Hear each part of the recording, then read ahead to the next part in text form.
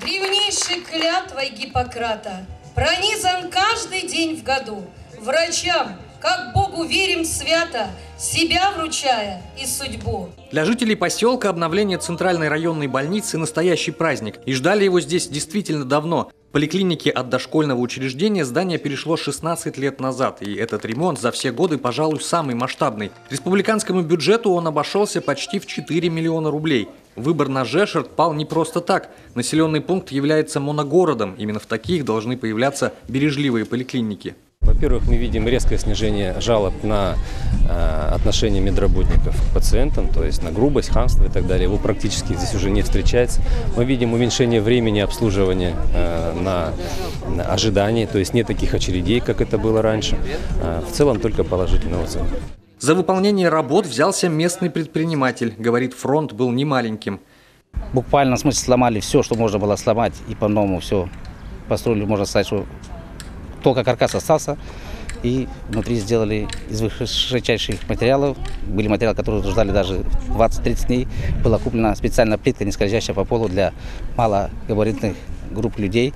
Для них же кнопка вызова при входе. Чтобы добраться до нужного кабинета, удалось без проблем. Сразу после открытия гостей поликлиники ждет вводная экскурсия. Несколько месяцев назад, когда здание отдавали под ремонт, все было по-другому. С новой схемой работы жителям только предстоит познакомиться.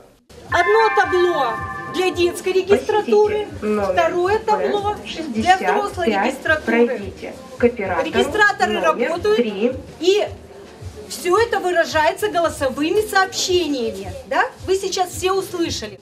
Телефонов на столах регистраторов больше нет. От работы с пациентами ничто не отвлекает. Все входящие принимает специалист за стойкой информации. Он же может сориентировать новых посетителей. Чтобы попасть в любые кабинеты, есть стенды со стрелками, куда пройти, которые висят на стенах и которые имеются на полу.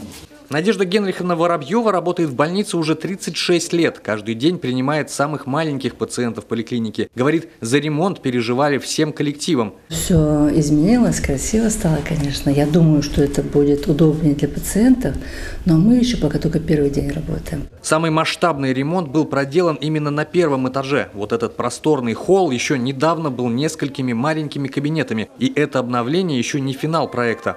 Самое главное, что идет за этапом вежливой регистратуры, это информатизация здравоохранения. То есть сейчас, как сказал Дмитрий Борисович, разрабатываются новые программы, то есть мы перейдем полностью на электронный документооборот. Мы уже начали переходить.